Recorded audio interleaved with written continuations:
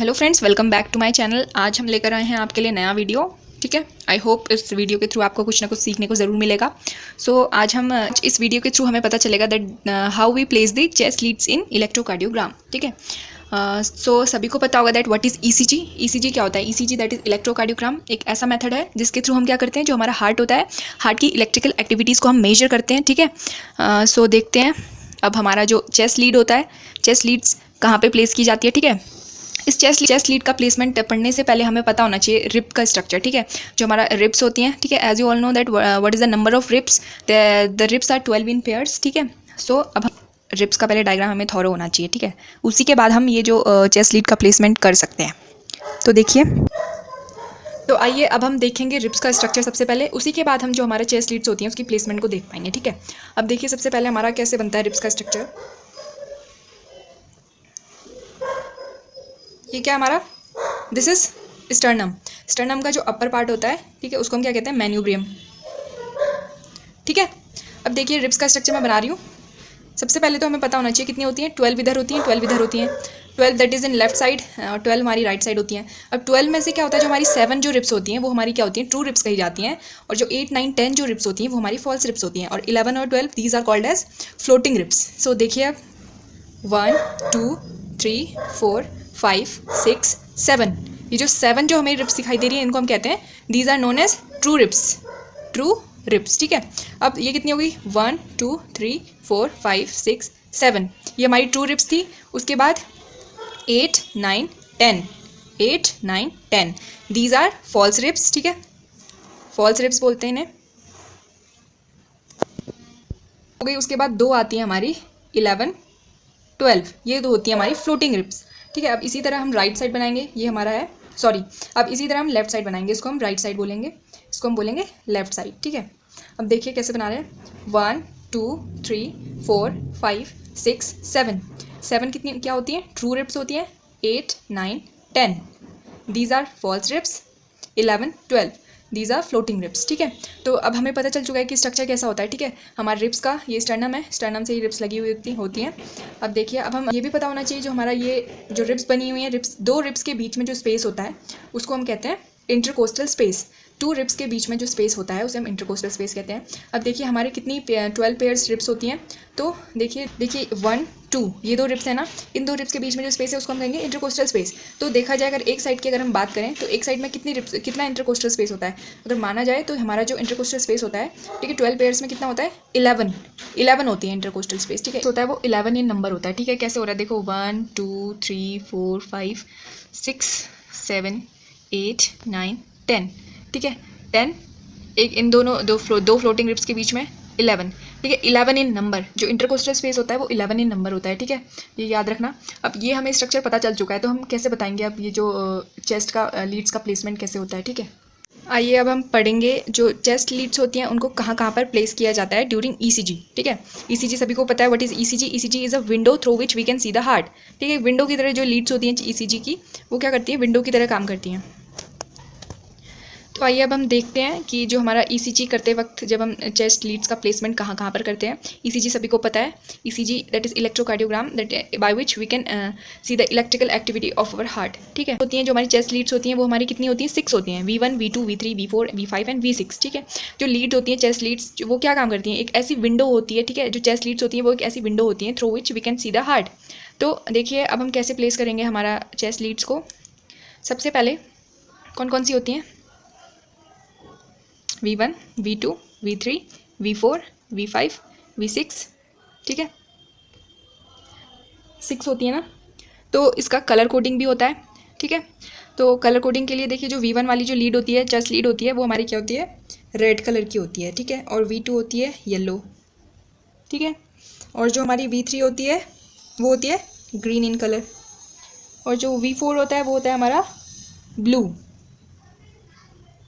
V5 होता है that is orange, और जो V6 होता है उसका कलर क्या होता है, होता है वॉयलेट।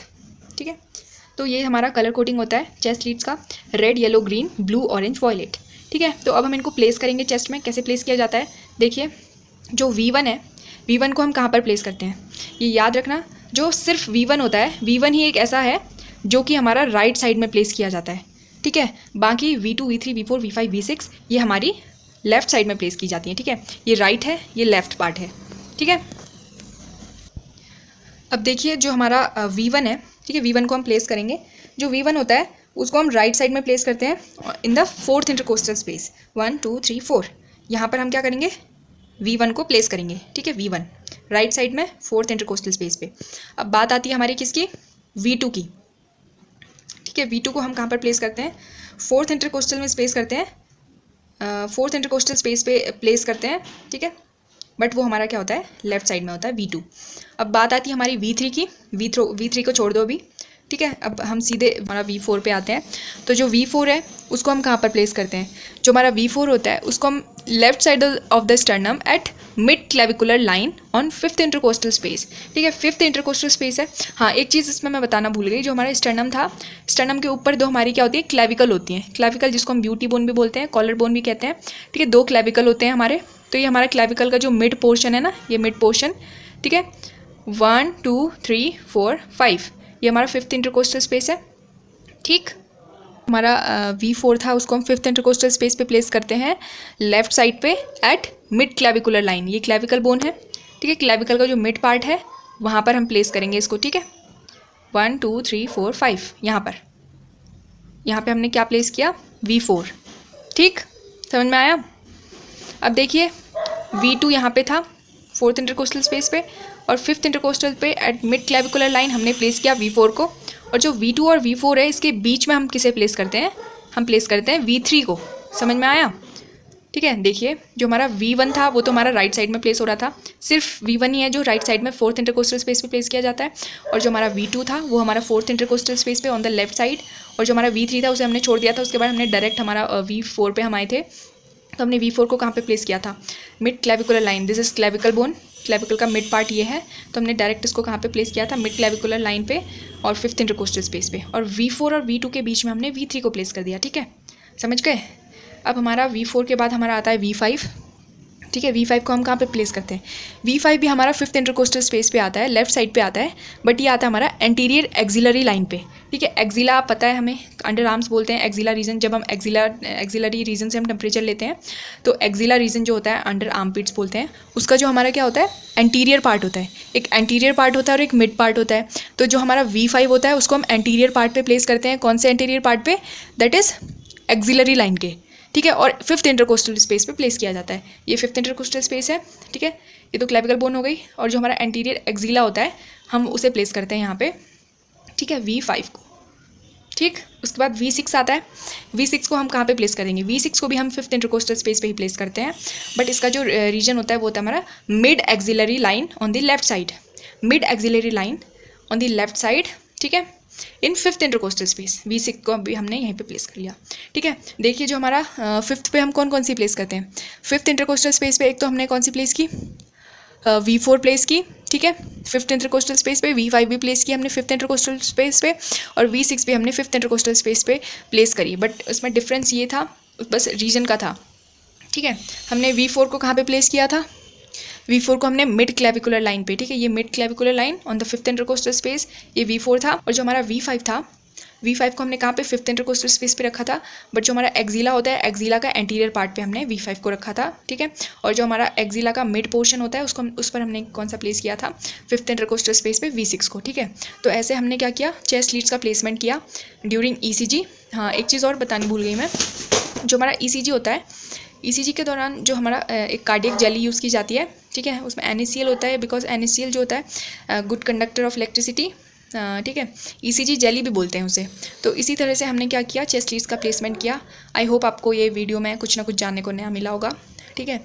तो देखते रहिए video, stay tuned, like share and comment. अगर आपको कुछ भी इसमें समझ में आता है, कुछ भी अगर बेनिफिशियल होता है तो उसे ज़रूर शेयर करें, ठीक है, कमेंट ज़रूर करें। Thanks for watching.